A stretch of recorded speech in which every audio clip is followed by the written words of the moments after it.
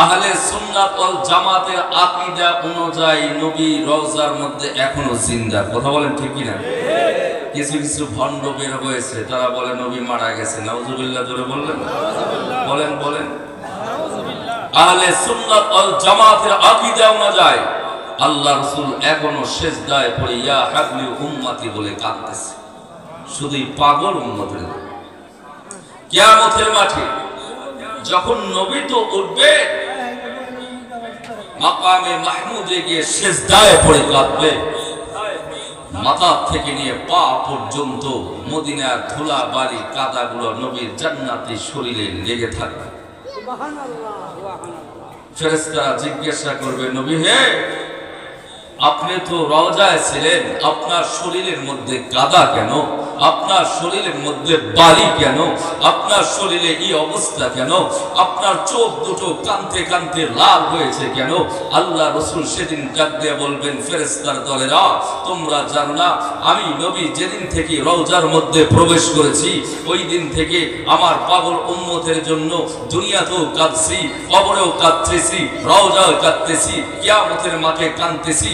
রওজায় কাঁদতে কাঁদতে এই চোখের পানি দেয়া মদিনার বালিগুলা কাদা হয়ে আমার শরীরে লেগে গিয়েছে। শুধু একটাই কথা, ইয়া হাবলি উম্মতি, ও আল্লাহ আমার উম্মতকে তুমি maaf করে দাও। আল্লাহ গো, তুমি যদি পাকড়াও করো, তুমি যদি আমার উম্মতকে ধরো, একটা উম্মতও বাঁচতে পারবে না। উম্মতের জন্য কাঁদতে কাঁদতে কাঁদতে এই মদিনার বালিগুলো কাদা হয়ে আমার শরীরে লেগে গিয়েছে। এমন একজন মায়ার নবীর উম্মত হয়েছি, আলহামদুলিল্লাহ, জোরে বলেন। সময় তো ভাই সকল, কথা আমি দীর্ঘ করব না। আমার শরীরও আমার বিপক্ষে, কণ্ঠ আমার বিপক্ষে। এরপরে বয়ান চলাকালীন আল্লাহ যদি রহমত দেয় তাহলে কিছু সময় চলবে। রাজি আছি তো ইনশাআল্লাহ? হ্যাঁ যুবক ভাইয়েরা, আজকে যুব সমাজের উদ্যোগেও ওয়াজ মাহফিল। নানান জন এসে নানান কথা বললেন, হুজুর এই বয়ানটা করেন, এমুক বয়ানটা করেন। চিন্তা ভাবনা করলেন, সবার কথা যদি শুনি তাহলে সারা রাত তো পার পাবো। এক একজনের বিষয় নিয়ে ওয়াজ করলে কমপক্ষে, যে কয়জন বলেছেন কমপক্ষে 5 দিন লাগবে। তা চিন্তা ভাবনা করলাম এমন একটি বিষয় নেই যে বিষয়টা 5টা 7টা বিষয় একবারে এসে যায়। সম্মানিত ভাই সকল, আসেন আর কথা লম্বা করি না। তাম পৃথিবীতে দেখবেন আজকের অশান্তির আগুন দাউ দাউ করে জ্বলতেছে, কেউ কোনো শান্তিতে নাই। আমি কি ভুল বললাম নাকি? কেউ কোনো শান্তিতে নেই। কেউ অসুস্থ, কারো টাকার অভাব, কারো স্ত্রী কথা শুনে না, কারো সন্তান কথা শুনে না, কারো আপনার বিবি কথা শুনতেছে না, সমাজের মানুষ তাদের কথা শুনে না। অল এভরিথিং, চতুর্দিক দিয়ে শুধু অশান্তি আর অশান্তি, শান্তির লেশ মাত্র নাই। কাউকে আপনি জিজ্ঞাসা করেন, ভাই কেমন আছেন, ডাইরেক্টলি বলবে ভালো নাই। কথা বলেন ভালো, অশান্তি। সম্মানিত ভাই সকল, আজকে আর একটা কথা বলি, সেটা হলো কিছু কিছু পাবলিক আছে দেখবেন, মুসলমান ইমানদার দাবি করে, তাদেরকে যদি বলা হয় আমাদের এলাকায় আছে, আপনাদের এলাকায় খুব ভালো, যদি বলা হয় ভাই চলেন যাই নামাজ পড়ে আসে, বলে নামাজ না পড়লে কি হবে, ইমান ঠিক আছে। এরকম আল্লাহওয়ালা আছে না? আল্লাহওয়ালা কি ফতোয়া দেয়, নামাজ না পড়লে কি হবে, ইমান ঠিক আছে। বলেন তো দেখি, আপনাদের এলাকায় একটা পাতিল নাকি বলেন, ভাত রান্না করে, জবান বলেন না কেন রে ভাই? আমি নাটোরের মানুষ, নাটোরের কাঁচা গোল্লা আমার ভিতরে আছে, খাওয়াই দিয়ে যাবেন। নাটোরের কাঁচা গোল্লা খাইছেন নি? হ্যাঁ বসেন।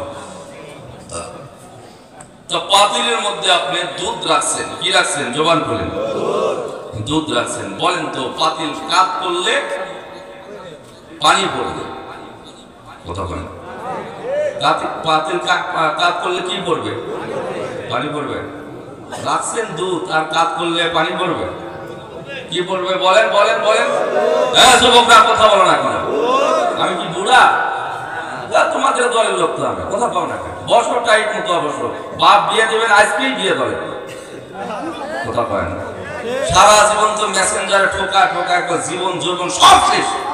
খালি নদীতে যাও, গোসল করো, একদম হাঁটতে পারো না, হার মাল ছাড়া কোনো গতি হয় না। আর এই যে মুরব্বীরা বসে আছেন, এখন হাঁটতে বলেন তা না, হেঁটে একদম ফরিদপুর শহরে চলে যাবে, মাজাও বেতে হবে। আর বর্তমান যুবকরা হাঁটতেই চায় না। কেন হাঁটবে কেমনে? সারা রাত একদম ইবাদত বন্দেগী করতে করতে লোকের আঙ্গুলের চামড়া পর্যন্ত ক্ষয় ফেলা দিচ্ছে। ফ্রি ফায়ার পাবজি আছে না নাই? কথা বলে আছে না নাই? মার মার মার, ডানে যা বামে যা পিছনে যা সামনে যা, কথা কেন মনে করছে হুজুর জানে কেমনে? সম্মানিত ভাই সকল যুবকরা বসো, আজকে তোমাদের জন্য স্পেশাল একটা বয়ান হবে। রাজি আছি তো ইনশাআল্লাহ? তাকবীর দাও, লিল্লাহি তাকবীর। জবান খুলো লিল্লাহি তাকবীর। সম্মানিত ভাই সকল, তার যেই পাত্রে ঈমান আছে ওই পাত্রে কোনোদিন ওই মুখ দিয়ে কোনোদিন বলতে পারবে না নামাজ না পড়লে কি হবে, আমার ঈমান ঠিক আছে। কথা বলেন ঠিক কি? আজকে দেখে মুসলমানরা ইসলামের যতটুকু ক্ষতি করে একজন হিন্দু খ্রিস্টান বৌদ্ধ নাসারা ততটুকু ক্ষতি করতে পারে না। বলবেন কেন? আপনি সচরাচর আপনাদেরকে বোঝাই, আপনাদের এই মাতব্বর ডাঙ্গি জামি মসজিদ, ডাঙ্গি করা নাকি নাকি গ্রামে না, এখানে একটা গুপ্ত ধর্ম আছে। এটা তো আর ভারতের লোক জানে না, জানে নাকি? মনে করেন আপনার বাড়ির মধ্যে একটা গুপ্ত ধন আছে, এটা ভারতের লোক জানে? জানে কে? মাতব্বর ডাঙ্গির লোক, নাহলে যার বাড়িতে সে হে বেটা জানে। এখন ও ভারতের একজন লোকের কাছে গিয়ে ডাকতে বলে, ভাই আমার বাড়িতে একটা গুপ্ত ধন আছে, এখানে স্বর্ণ আছে, কত মিটার দূরে, কত কিলোমিটার দূরে, বলে এত সেন্টিমিটার দূরে আছে, এতটুকু যদি মাটি গর্ত করো তাহলে এই ধনটা পাওয়া যাবে। বলে তাই নাকি? বলে হ্যাঁ। সেটা কেমন হতে পারে? বলে এত কেজি হতে পারে। বাস বলেন তো দেখি শোনা চান? ওই ভারতের লোক আগের থেকে জানতো না আপনি শিখাই দিয়েছেন? বলেন বলেন, জবান বলেন। ঠিক তদ্রূপ ভাবে মুসলমানদেরকে ইমানদারদেরকে কেমনে ঘায়েল করে যাবে এটা হিন্দু খ্রিস্টান বেঈমান জানে না। এরা জানে হলো মুসলমান, অতএব তাদের সাথে হাত মিলাইয়া আজকে মুসলমানদেরকে ধ্বংস করার জন্য মুসলমানরাই বড় দায়। কলিজার টুকরা ভাইয়েরা, আজকে আপনি আছেন চরমনাই নিয়ে, আপনি আছেন রসুলপুর নিয়ে, আপনি আছেন ফুরফুরা নিয়ে, আপনি আছেন আটরশি নিয়ে, আপনি আছেন তাবলীগ জামাত নিয়ে। ওই সুযোগে নাস্তিকরা আজকে ঈমানটা দখল করার চেষ্টা করতেছে, মুসলমানদেরকে শেষ করার চেষ্টা করতেছে। যখনই হিন্দু খ্রিস্টান বৌদ্ধরা মুসলমানদেরকে একাত্ম করার চেষ্টা করবে, মনে রাখবেন ওই সময় চরমনায় তারা দেখবে না, রসুলপুর তারা দেখবে না, ফুরফুরা তারা দেখবে না, আটরশি তারা দেখবে না, তাবলীগ জামাত তারা দেখবে না, তারা দেখবে মুসলমান কিনা। যদি মুসলমান হও তাহলে তোমাকে ধ্বংস করার জন্য পায়তারা করব, যে কোনো কায়দা তোমাদেরকে ধ্বংস করবে। কথা বলেন ঠিক না? আজকে আমরা আছি ক্ষমতা নিয়ে, আজকে আমরা আছি বলো আমি অমুক বাবার মুরিদ, আমি অমুক শায়েখের মুরিদ, এই চিন্তা নিয়ে আছি। আর খ্রিস্টান ইহুদি নাসারা চিন্তা আছে কেমনে মুসলমানদেরকে সাইজ করা যায়। কথা বলেন না জানেন? কলিজার টুকরা ভাইয়েরা, এই জন্য আসেন আর কথা লম্বা করি না। রব্বে কাবা আল্লাহ তাআলা ডাক দিয়ে বলেন, তোমরা তো মুমিন মুমিন বলে সারি মারো, তিনটা গুণ যদি তোমার মধ্যে, আমি বিষয় ভিত্তিক বয়ান করব, তাফসীর কোয়ালিটি ইনশাআল্লাহ, শুনবেন তো ইনশাআল্লাহ? তিনটা গুণ যদি তোমাদের মধ্যে থাকে বুঝবা তোমরা মুমিন। সুবহানাল্লাহ জোরে বলেন। আল্লাহ তাআলা ডাক দিয়ে বলেন, ও বান্দা বান্দির দল, তিনটা গুণ যদি তোমাদের মধ্যে থাকে, ইন্নামাল মুমিনুনা আল্লাযীনা ইযা যুকিরাল্লাহ ওয়াজিলাত কুলুবুহুম। রব্বে কাবা আল্লাহ তাআলা ডাক দিয়া বলেন, বান্দা বান্দির দলেরা, আমি আল্লাহ তোমাদেরকে বললাম তিনটা গুণ যদি তোমাদের মধ্যে থাকে তাহলে তোমরা ঈমানদার। জোরে বলেন সুবহানাল্লাহ। এক নাম্বার হলো ইন্নামাল মুমিনুনা আল্লাযীনা ইযা যুকিরাল্লাহু ওয়াজিলাত কুলুবুহুম।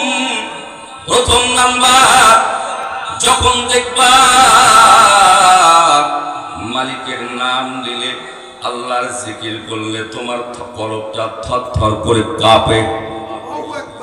যখন দেখবা আল্লাহর জিকির করলে তোমার বড় ভালো লাগে, মজা লাগে।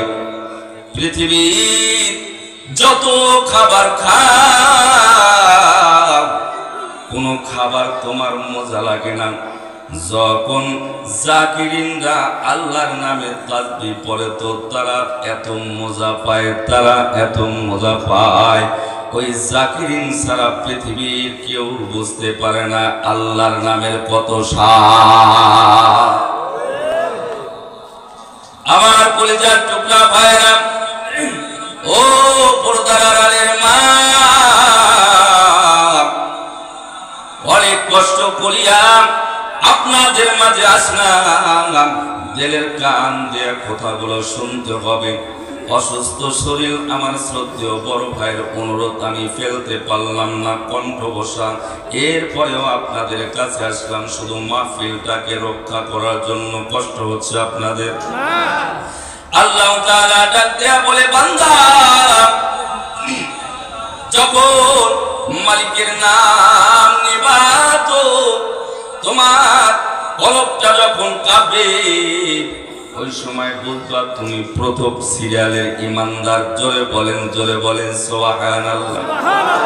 আমার ভাইরা, দেখবেন কিছু মানুষ আছে বিভিন্ন রঙের খাবার খাইলে তারা মজা পায়, তারা যতই খায় ততই মজা লাগে।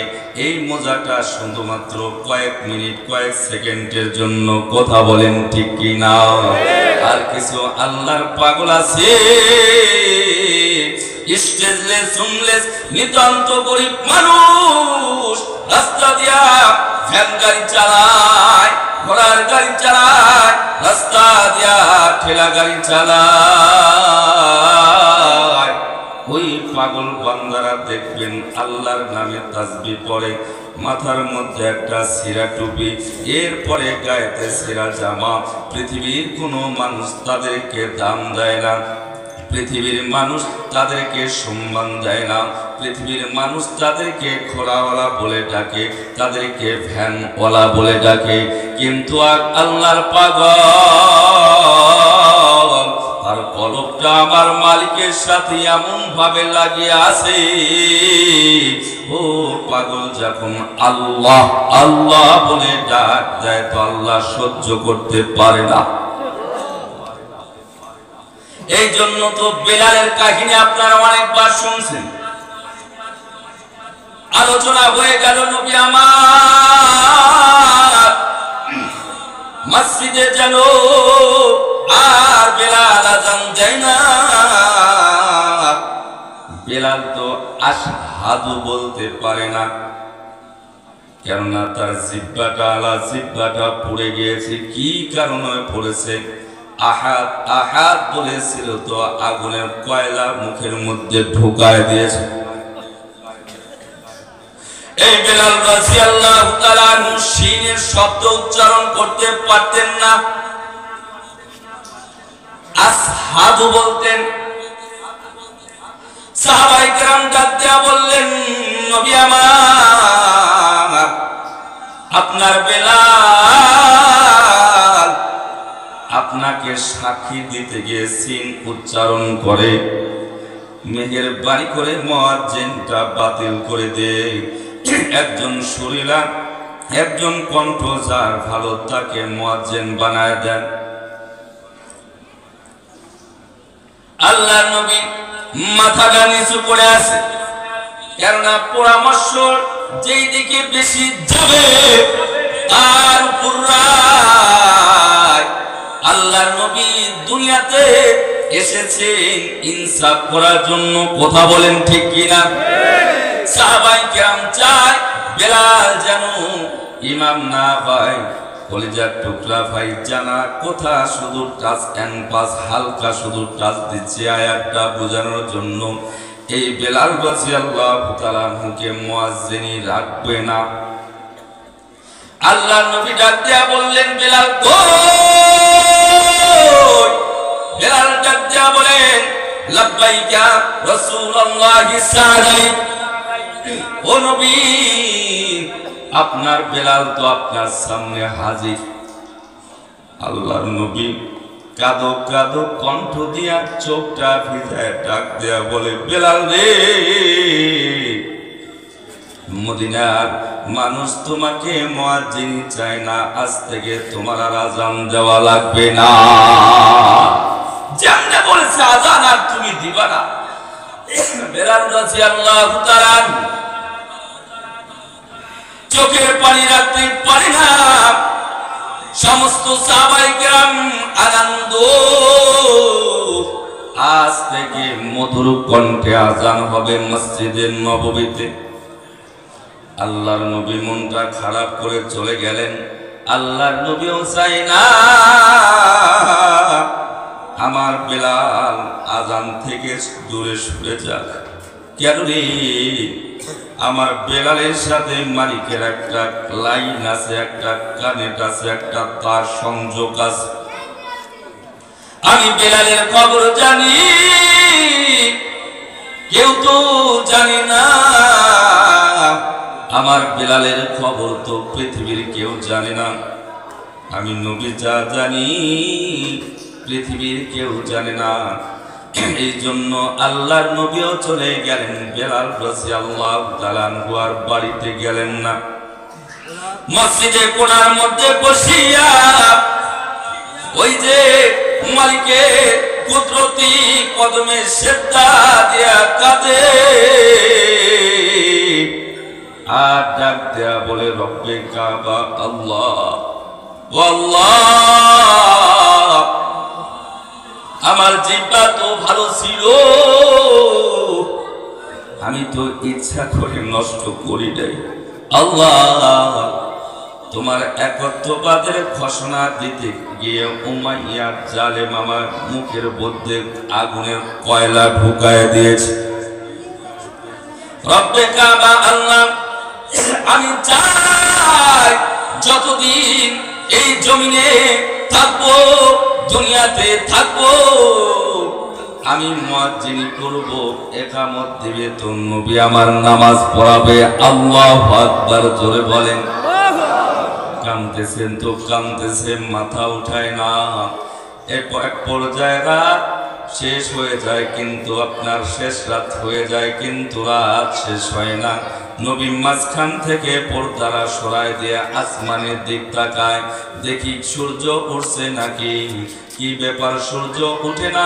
সুরিলা কণ্ঠে আজান হয়ে গেল, কিন্তু আপনার ফর্সা হয় না, ফজরের নামাজের টাইম হয় না। কি রে, এতক্ষণ কেন ফজরে আজানের টাইম হল, আপনার নামাজের টাইম হলো না? আজান তো হয়ে গেল, এখনো পর্যন্ত কেন ফজরের নামাজের সময় হয় না? এমন টাইমে জিবরাইল আমিন এসে ডাক দেয়া বলে, ইয়া রাসূলুল্লাহ, আপনার মসজিদের মধ্যে কোনো আজান হলো না, বুঝলাম না তো। প্রতিদিন আজান হয়, মালিক তার কুদরতি চেম্বারে বসে বসে আজান শুনে আর মালিক কুদরতি ঠোঁট দ্বারা হাসি দিতে থাকে। ফেরেশতারা আমরা আযান শুনতে পাই, আজকে আযান হলো না। বেলাল রাদিয়াল্লাহু তাআলা কাঁদতেছে। নবী আমার ডাক দেয়া বলে, জিবরাইল, অন্য দিনের তুলনায় তো আজকে আরো চমৎকার করে আযান হয়েছে।